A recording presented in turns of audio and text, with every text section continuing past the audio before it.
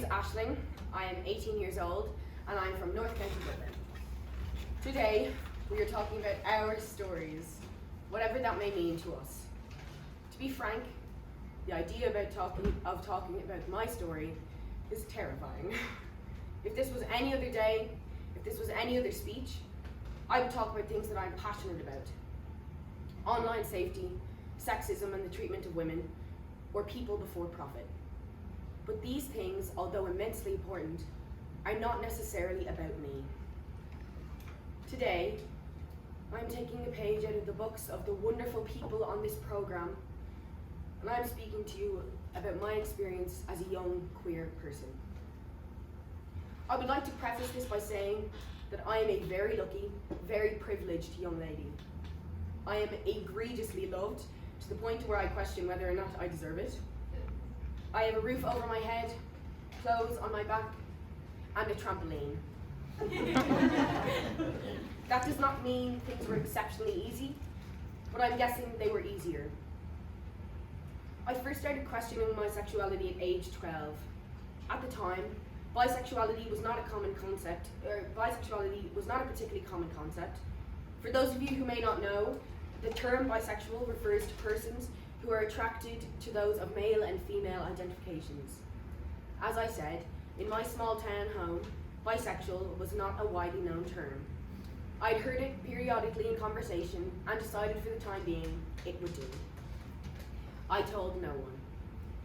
I had an overarching sense that the implication that I was not straight, and any thought that I had regarding said implication, was purely an attention-seeking act. I was clearly lying and just wanted to be different, out there, the center of attention. Looking back, there was one small error in my thought process. I had never told a soul. I had constant back and forth conversations in my head, but I had never uttered the words out loud, until I dug up the courage to tell my twin sister, Doireann. Some important information regarding my dear Doireann. We are identical. I am 7 minutes older and 2 inches taller, and I will never let her forget it. When I finally confided in her, I found that, unfortunately for me, she was in the exact same boat, and neither of us had a clue how to steer. We talked about how we felt like pretenders, how we had come to the conclusion, and of course, the fact that Scarlett Johansson is a very good-looking woman. I have to say, that helped me. Not many people can say they have an identical twin sister who is going through the exact same thing at the exact same time. Not everyone is lucky enough to have someone who can finish your thought before it's been fully articulated in your own head. And although we may have been on frighteningly unsteady waters, the boat was kept balanced by our two weights. Doireann became a very solid beacon for me in the early stages of my self-discovery. She is beautiful and funny and unapologetically herself, and I love her for it. In times of major change, I've always had her. For example, when we transitioned from primary school, elementary school, to secondary school, high school. I attend an all-girls Catholic school called Loretto Secondary School, Balbriggan. For as long as I have been alive, and I'm guessing longer, my school has been lovingly nicknamed Lesretto. This is clearly a caring, respectful homage to the number of LGBTQIA+ persons who walk the hallowed halls of Loretto Balbriggan. I'm joking, of course.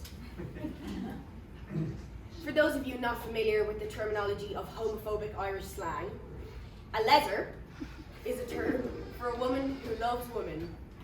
This rather endearing term was commonly associated with my school, and thus Loretto became Lesretto. Lesretto became an intended insult shouted at us on our way to school, our uniforms giving us away. It was brought up in conversation with other youngsters from other schools in the North County Dublin area. We would hear, "Aren't yous all lesers?" Or, "Doesn't everyone who comes out of that school turn out to be a lesbian?" Their tones were always discussed, their aim to humiliate us, belittle us. "No," we would reply, our guards up. "We're not gay. That's not true." By my 4th year in school, attitudes began to change.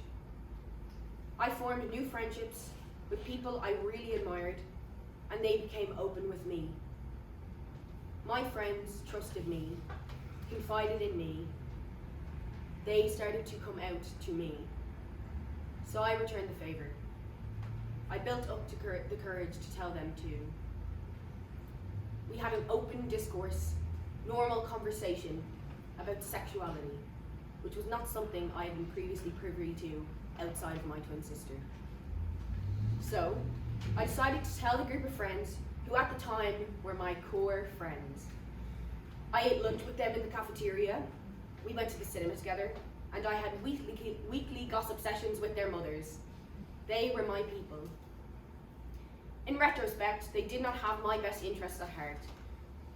I was at their beck and call, but they wouldn't even wait for me while I tied my shoe. I was completely there for them, but the feeling was not mutual. I told them I was bisexual. One of my friends' immediate responses was, "So do you have a crush on me?" That shut me right up. It continued from there, little jabs every now and then. I was either too gay or not gay enough. I wasn't allowed to be proud. That would make me too in your face. My confidence, recently gained, was now slowly diminishing. I found the louder their voices got, the quieter I was. I was not myself. I was losing myself. I stayed friends with them, began to take less and less notice of the comments. Over time, I did my research, talked to friends, and came to terms with the fact that the term bisexual was merely a placeholder. In fact, I am pansexual. I am queer, meaning I like personalities regardless of gender or sexualities. As my dad exclaimed when I came out to him last Thursday, "We like hearts, not parts." My wonderful, supportive father. Within the span of 2 years, I had come out to my 2 older brothers, and eventually, earlier this year, my mom. I'm not wishing to gloss over the difference they made. My brothers grounded me when my thoughts spiraled. They hugged me when it felt like the world had turned their backs on me. My brothers made me laugh when I thought all I could do was cry. My mom was equally brilliant. Her response was validating and perfectly underwhelming. Do you know what pansexuality means? Yes. Well, I'm pansexual. Okay. End of. Life moved on. It was normal. Finally, my wonderful, supportive father. The last to go. Why, you ask? My dad was raised in small town Ireland. Small town Ireland is not always so welcoming to the big wide world. I made the mistake of presuming my dad would be the same way. For a time, I wholeheartedly believed he would disown me for who I am. I convinced myself that my dad, who has opened his hearts to hundreds, who was a compassionate champion for the 900 pupils he principals, I convinced myself that he would not see past this label, that it would build a wall and divide me from who he knew. He would forget the girl he taught to ride a bike, the girl he taught to juggle, his little girl whose name he'd cheer on the sideline of every camogie game she's ever played. Time moved on, my fear still close to my heart. But I had fish to fry, so that wasn't going to stop me. I left my so-called friend group. We held pride events in school. I wore my rainbow socks and painted my nails accordingly. I cut all my hair off and started dressing like me. My dad asked me. My wonderful, supportive father asked me how I identified. My dear old dad, who was unable to find the off button on the TV remote, asked me about my sexuality. The world stood still, and I realized my thoughts had been clouded by fear. I am incredibly lucky. Though it wasn't always easy, from my family, I was never met with anything but love. My story is my own, It is not a universal experience, but the feeling of trying to navigate how we may fit into the LGBTQIA+ community and how it affects our place in the world is. I do not know a single queer, pansexual, bisexual, omnisexual, non-binary or gay person who did not question everything the moment they entertained the notion that they were not straight, that they did not fit into society's predetermined roles. We are launched into a world of uncertainty. Every cliche applies. Not to sound dramatic, but I'm walking on a tightrope, blindfolded, over shark-infested waters, about to dive through a flaming hoop of fire. This program is pushing us to our limits. On any other day, if this was any other speech, I would not be talking to you about my experience as an LGBTQIA+ youth.